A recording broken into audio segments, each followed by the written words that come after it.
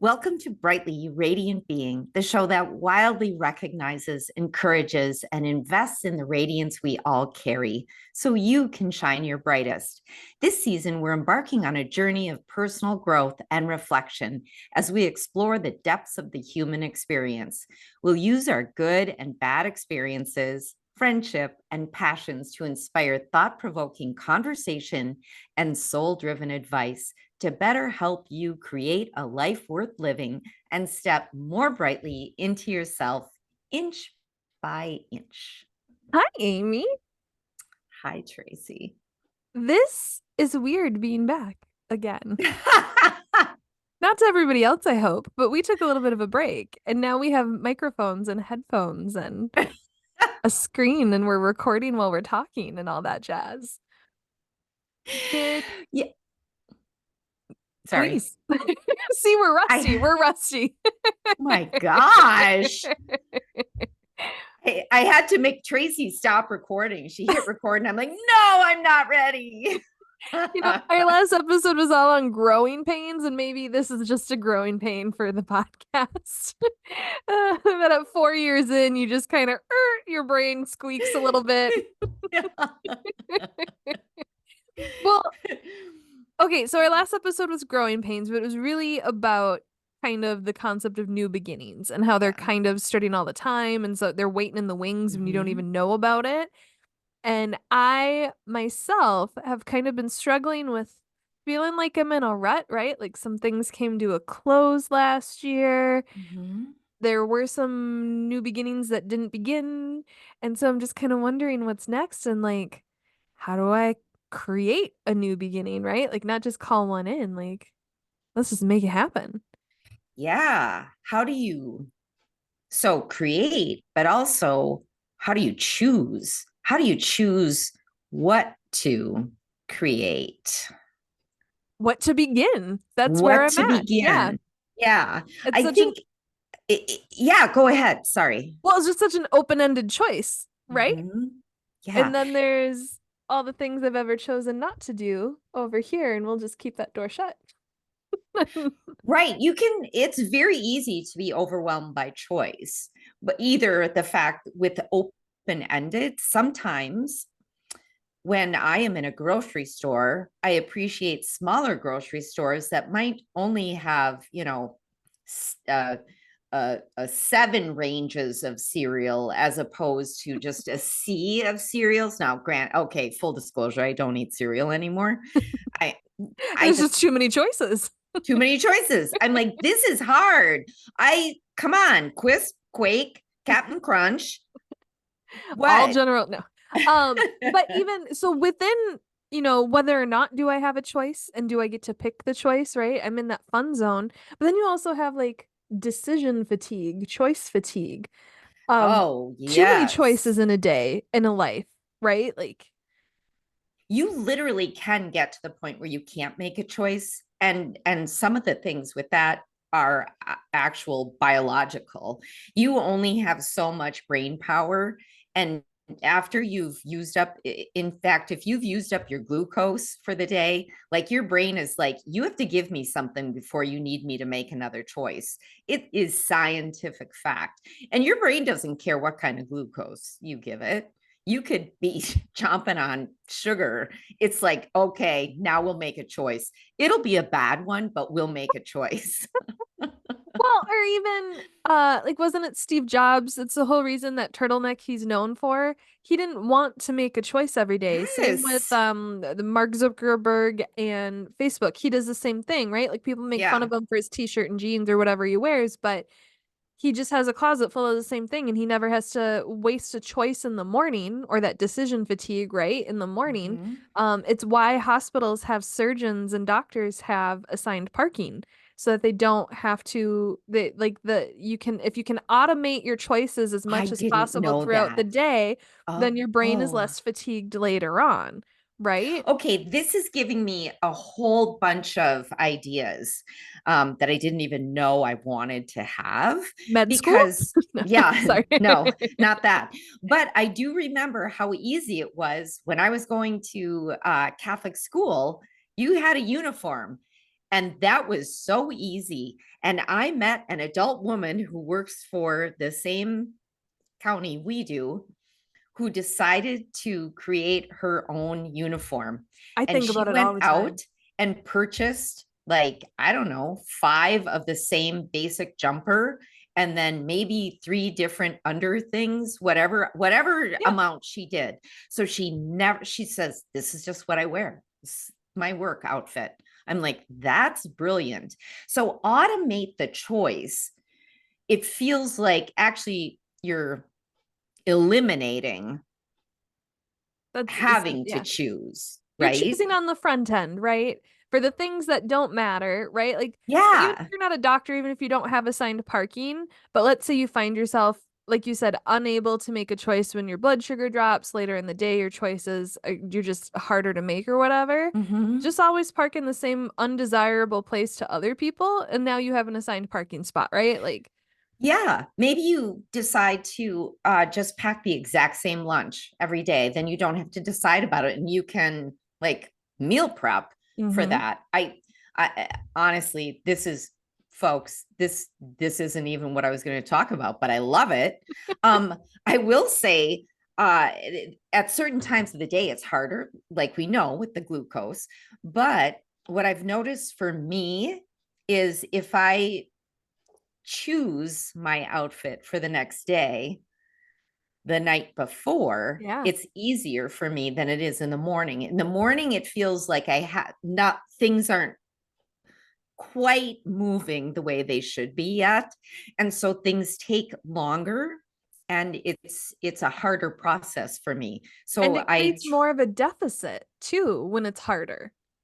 And such a little yes. thing creating such a deficit and taking up so much mental energy makes zero Yeah. sense. So that is always my goal, is to have my outfit picked the night before and my lunch at least chosen what it's going to be, if not packed the night before, because otherwise that's like my mornings are shot. So, so just thinking about that opens up all kinds of avenues for me. Like, is choosing easy for you? Yes. Tell I me more. I have never been able to like really empathize with people who can't make a decision. Mm-hmm. Um, and not to say that I don't have big decisions in front of me. I do tend to overanalyze a lot. And Mm-hmm. so there's probably things that I've already determined in the background weeks, months, days in advance without even realizing it that make it easier, right? And so and it's not intentional, folks. It's called ADD. Like so I don't know how helpful that is if you're not neurodivergent. But like when I had the opportunity to buy my house, I already knew, like I had already had my values for the types of places I wanted to live and minimums of what I wanted, but kept it really broad. And this opportunity, as I've talked about in past shows, just popped up. And I just made a decision and I signed some paperwork and I put in an offer and it was accepted and I almost threw up on the highway because I realized how big of a thing that was, and I just was like, "Yep, handshake," and then walked out the door and started to drive home. And I think, but like everything else that had led me there, all the other times I had moved, all the times I'd ever worked in construction and all that, like I kind of built up all this stuff, and so when I got there, it was just like, well, I need a place to live, and I love this place. Why wouldn't I? Um, and then there's people I know that find a house that they really love and wait on putting in an offer because they have 4 other showings that day and you just never know. And then by the time they went and put in their offer, the house isn't there anymore. Somebody Yeah. else took it. So I wonder if that also is in my head, that I know if I like something, I don't want to miss out on the opportunity of it and say yes. And if I'm willing to miss out on the opportunity of it, it's not for me. Um, Right, because sometimes right, that is so important, because sometimes the choice is there's a time limit on that choice, right? And we don't I almost feel like that makes it harder for some people because then it's like they get agitated or stressed about that fact. But so you're saying that spurs you to be able to make decisions faster because whether there is a time limit or not, you don't want that choice taken away for whatever Yep. reason. Okay. And I mean That's that can okay. get you into trouble too, right? Because like what if you say yes right away and maybe you should have looked at your budget, or something like that. But I've decided I'm a bit of a minimalist in my home. I don't have a lot of knickknacks. I don't have a lot of clothes. Not that I have a minimalist wardrobe yet, or a uniform, though I think about it all the time. If I had to go in the office, I probably would. Yeah. But about a decade ago, I was moving, and I used to move every time my lease was up, either because of where my school was, where my work now was, a better opportunity, right? Like I wasn't really tied down. And oh my God, did I have a lot of stuff to move. And it wasn't stuff that brought me joy, right? Like Marie Kondo kind of had it a little bit right. Yeah. But I just remember learning, like, if you don't love the outfit, the shirt, the pair of jeans in the store, you're not suddenly gonna love it when you're home, right? You're not gonna like it anymore in your house. And so I stopped buying stuff that was good enough and decided to wait for great, right? Like the thing that lit me up, not that I'm a Marie Kondo and like joy person, but it was kind of in terms of buying and bringing things into my home, everything kind of those types of decisions was like, do I love it or not? Um, when hanging out and trying to make new friends in my early, in my 20s, it was a bit of a just, like everybody I met, hey, do you want to be friends? Do you want to hang out? Trying to juggle all these Yeah. relationships and these groups and all that. And then in my 30s, it stopped being like, God, I hope they like me. And it started becoming, do I like them? Right? And so I don't know, I just approach choice in that it's not super black and white, but it can be. I just love the fact that when you brought that up, I stopped, choosing the good enough Yeah. things and waited for the best or what I actually loved. And I think that if we all could stop with the good enough choice, that that sounds life changing to me because I think so often, especially in our culture, when it's like, well, we have to get it now because we need it now, we want it now, Mhm. whatever. Okay, let's just get this one. I think back to my dad who would research, like if he decided he was going to buy a new car, he would get consumer reports, and just he would dig into research as to what the best car for him for Yeah. his needs would be. And he would do research for probably a couple months. And then he'd make his decision and then he'd buy the car and he would be happy with it. See, and that, I mean, like I said before, I'm always kind of collecting information and looking and stuff, but when I do that, I get analysis paralysis. Okay. Yeah. And then that's when to me the decision becomes huge because I'm now aware of all the choices. I got really lucky also with the car that I ended up with that I had kind of looked off and on and done what your dad did and all this stuff. And never bit the bullet or whatever the phrases and whatnot, and just kept driving my car till my car said no. And suddenly I was without a vehicle and no one to carpool with, no one to get rides from, no transportation to work because I worked in the suburbs, so that just wasn't happening. And uh I was like, you know what? Everybody that that like loves their car drives a Subaru. And this isn't a Subaru ad, but it could be. Because it was so many people. I went to lunch all the time with people at work, or like we'd carpool to different events and friends. And it was like, anybody that's you've ever met that had a Subaru is really happy with their Subaru. Let's just go to this one over here. And we're gonna bring our grandma who loves new cars and who gets consumer reports just to read about cars. Is she buying a car? No. Does she know all this stuff? Yes.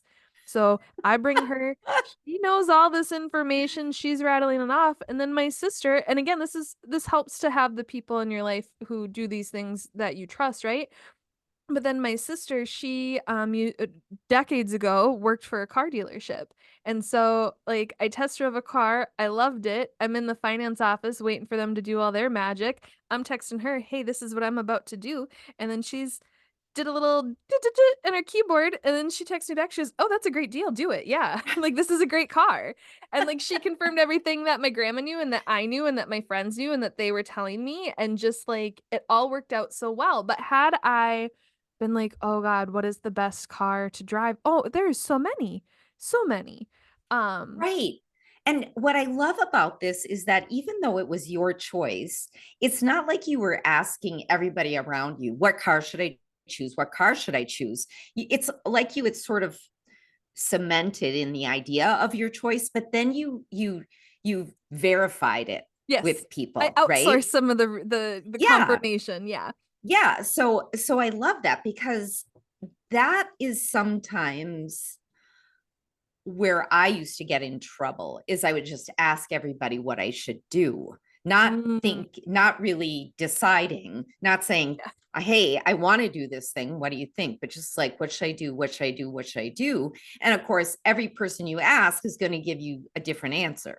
And that you just, oh, perfect call out, Amy, because I think that's the difference between me and some other people is I tend to, when I approach other people for advice or feedback, I try not to do the what should I do, and instead I do the I'm doing this and I'm really excited. Anything I should know. Yeah, that's that whole we say in our department, trust but verify. We Yes. always say that. Trust Same. but verify. And so I feel like that is your MO with choice. And I'm on board with that. I love that. And I've also, we do a good job of this, and you're really good at it too, where sometimes when we're talking to each other, it'll be like, do you want advice or do you want to vent? Right? Do you have Right. advice or are you just excited? Do you need Hmm. a listener? Do you want a friend? And so I feel like the people who just go to everybody, that's fulfilling that anxiety for them, and it's kind of fulfilling that need to Yes. not make a choice or to have all this doubt instilled or reassurance or whatever. They know who not to go to. Because I have friends and family who, Ah, when they're ready to make a choice, they come to Tracy to talk about yeah. it because I can be definitive and help pro con it out and weigh it with Right. them. Right. There are other choices they've made in their life where they've talked to absolutely everybody in the family but me, despite living with me at the time, right? Like there's just because they don't want to be encouraged for the choice they don't want to make, right? And to me, that's really healthy information to like, uh, what was I saying earlier? Like it tells me that I don't really want it that much, right? Yeah. You Yeah. have to be okay with not having things. You have to be okay with waiting. You have to be okay with patience. You have to be okay with for the car thing, I had to be okay with not having a car for a couple weeks, right? If I Right. was going to instead do the research method or something like that, which that's a different uncomfortable I'm not used to, which I think helped me be more I didn't want to be uncomfortable without a car. I wanted a car. And so I Right. that made it easier to cut some choices out. Yes. And sometimes you have to pay for the choice that you're making, right? And I Mhm. don't mean you need to pay for it, but you do have to pay for it. You have to understand that there might be, a payment, whether that's patience, time, energy, whatever, other people's opinions. Um, I think I feel like in the past, I didn't trust myself to make the right choice. And that's why I would ask other people because for whatever reason, either I didn't trust myself or I didn't think I had enough information or so often I would almost feel uh, to the point where I couldn't make the choice. It wasn't Mm. up to me to make the choice. And sometimes I wouldn't make a choice. I would just sit and be like, I don't know, maybe I should do blah, blah, blah, blah. My mom said this to me so many times, like not choosing is making a choice Oh yeah, to the point standing still where is a risk. Yeah. exactly. And at first it was like not choosing is making a choice. So, I went through like all these stages of grief with her just telling me that thing, in a way, almost to the Because point where here you then are find avoiding choice at all costs, being told, well, but you've already made that choice, Amy. Oh my you've made gosh. a choice. And then I'm like, oh man, I have made a choice and I don't like it. Mm. So, and there are still times today when it's very hard. Like, take writing, for instance, having to choose like what your character does on the page. You have a multitude of options, right? And I have a great skill to see many different paths, not just in writing, but also in Yeah. life. And so I have that strategic, like, oh, could do this, could do that, could do this, could do that. And then I'm like, so I will do nothing because I can't choose which one to do. What an exciting book you're writing. Right. Well, there's there's so much I want to unpack with I some of this. know. Um, when I have a feeling a lot of people who listen might be able to empathize with you on that. I didn't make a choice because I didn't trust myself.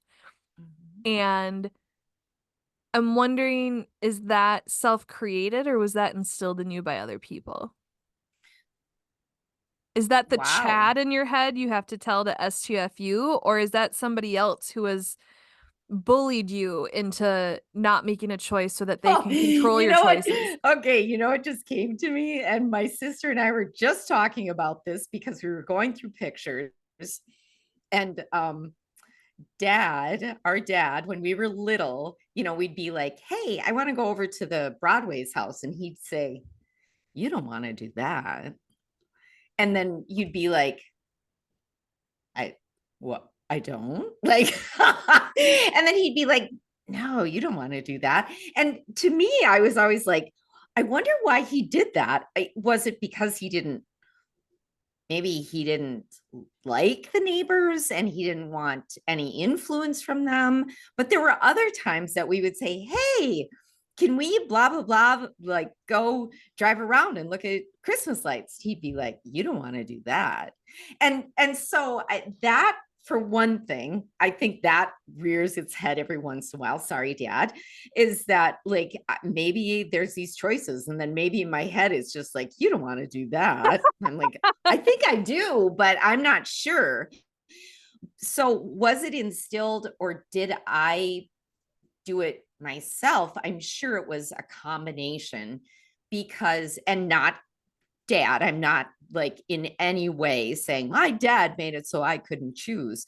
I think I had some challenging relationships, and that made me not trust myself. Well, I just think of gender all the time when it Yeah. comes to this. Men and boys get to be decisive and women get to be flighty. But then I also remember like we didn't get credit cards or mortgages till the 70s. Late So 70s. Yeah. yeah.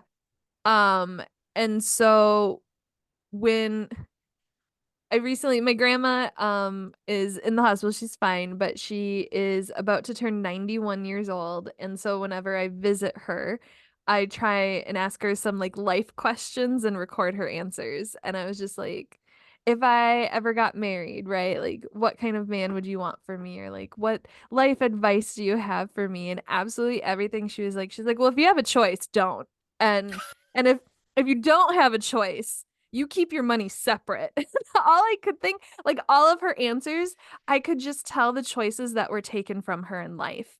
And I was just so thankful. And I've talked about this a lot in past shows that like anytime I get bummed about being single or about having to work full time by myself and be responsible for everything, I just sit back and remember like someone in my bloodline didn't get this opportunity and I'm going to embrace this choice that I have. I love that so Yeah. much. Yes. But And go ahead. Sorry. well, I was just all of her advice to me had absolutely nothing to do with me because if she wasn't 91 and in the hospital, she'd be well aware that I already take care of my finances and my job and that I am Right. very independent and watch out for myself in that way. But everything was about the choices she didn't get. Right. And not in a negative way. Like she's 91, she's fine. She was single the last 50 years of her life, took care of herself and all that. But I was like, "Oh man, like when we were talking about this episode, I was like, what am I going to talk about at 91? What's the advice I'm going to give to people based on the choices I did or didn't make? Will it be, is there a common theme? Yeah, I love it that you talked about embracing this choice that I made, right? Because someone in your bloodline might not have been able to have that choice. I love that.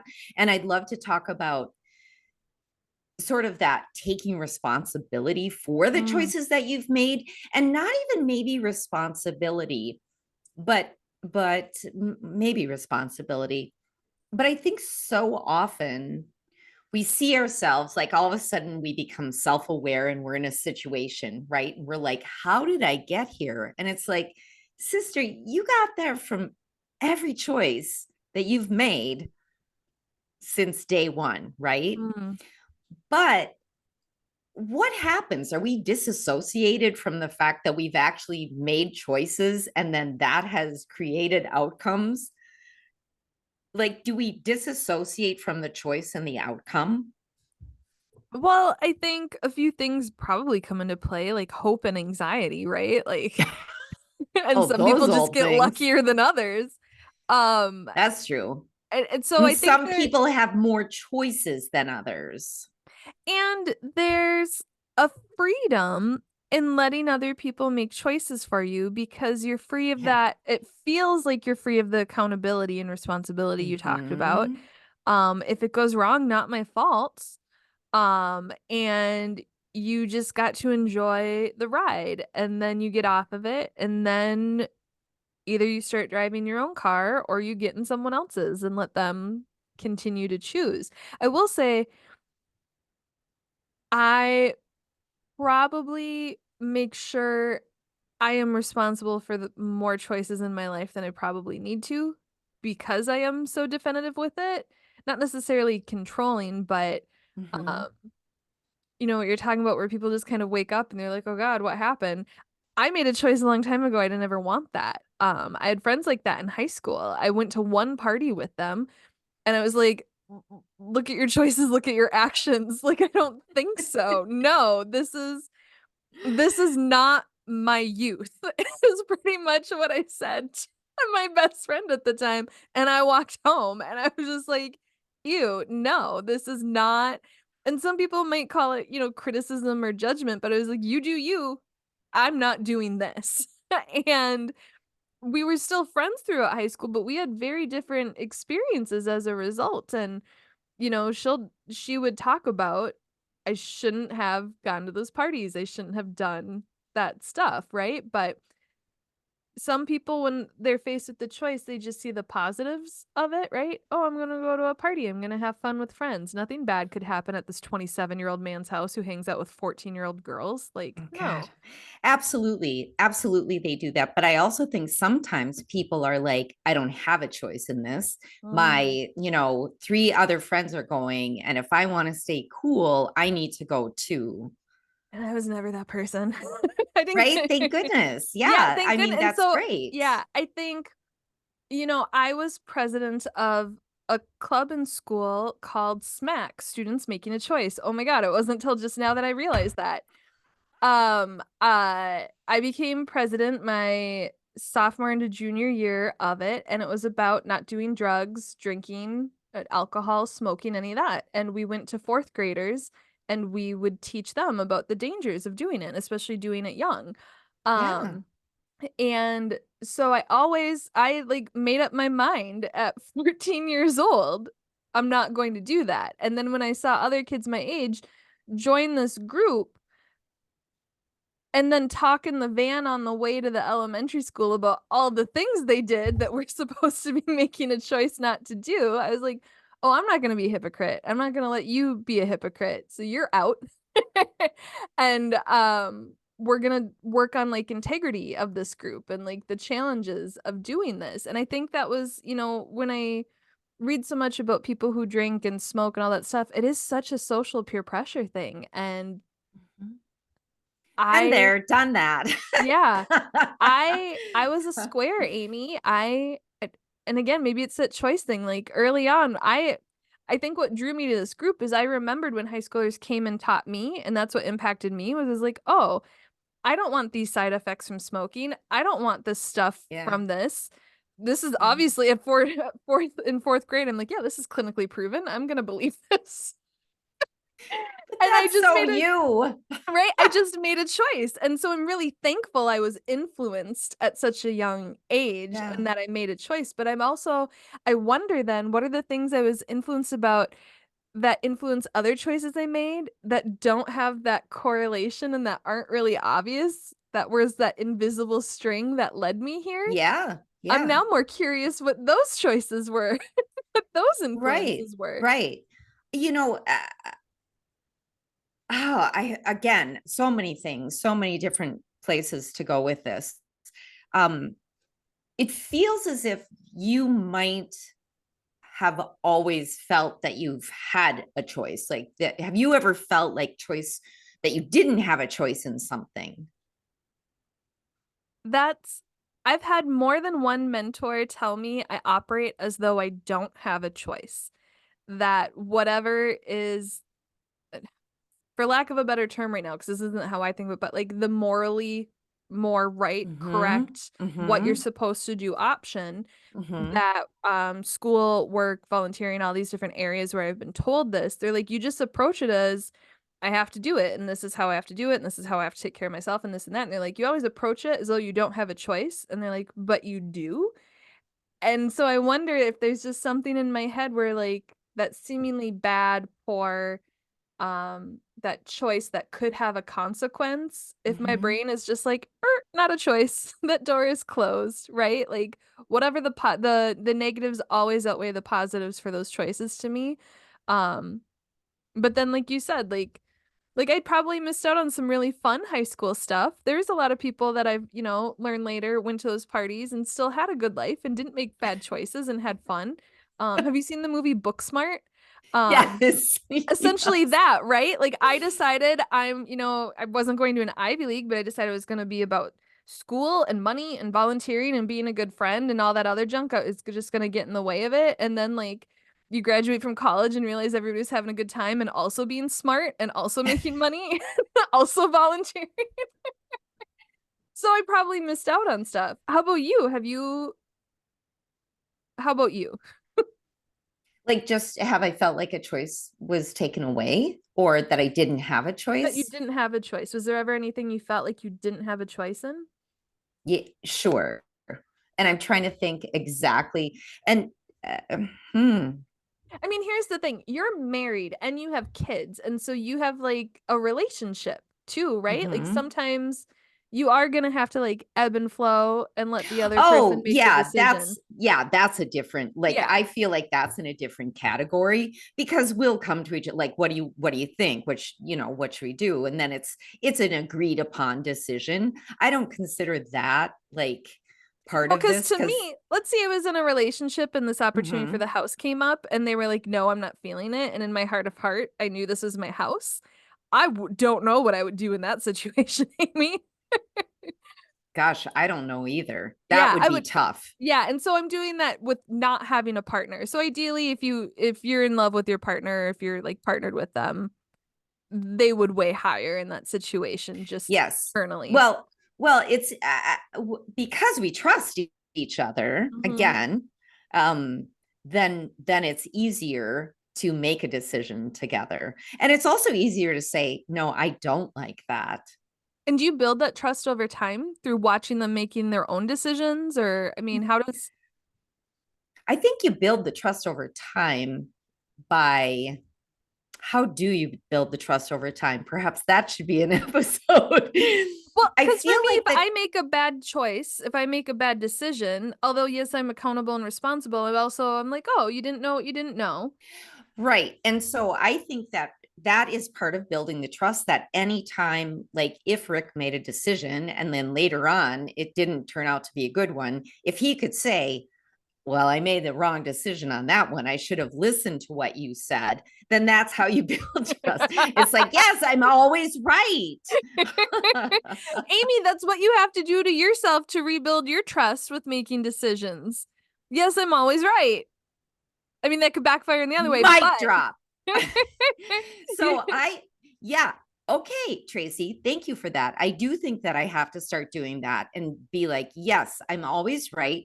I know the right decision to make, and I can do this with all the pieces and parts of me, right? I can't just my head, my heart, my soul, my gut, whatever. I also think meditation has helped a lot. I always have to throw in meditation, but there have been times when I did feel like choices was either taken away or I didn't have a choice. And I wasn't going to talk about this. And I said I wasn't going to talk about this. And now I'm going to talk about this. Uh, and this will seem strange because many women's choice was taken Mm. away last Is year. yeah. And when uh, I became pregnant at a fairly young age, not married. I had a boyfriend, but it's not like we were going to get married or anything. And I had just like a bartending job. It's not like I was rolling in cash. And so this will sound odd. I didn't feel as if I had a choice. It felt like I had to not have the child because it wouldn't have been the best scenario for anyone involved in the situation. And so, like I said, I know that sounds odd because so many women now don't have the choice to choose whether to have a child or not have the child. They just have to have a child. Well, So that was the choice. I guess it's not that I didn't feel like I had a choice, but I made the choice very quickly for but that one. that's the gray rhino in the room. That's the elephant in the room, right? That Mm-hmm. that no one's talking about. There's privilege in the choices we make, right? I'm sure a lot of Absolute people would privilege. choose to buy the home that I did, but we're not in the same financial Right. situation, right?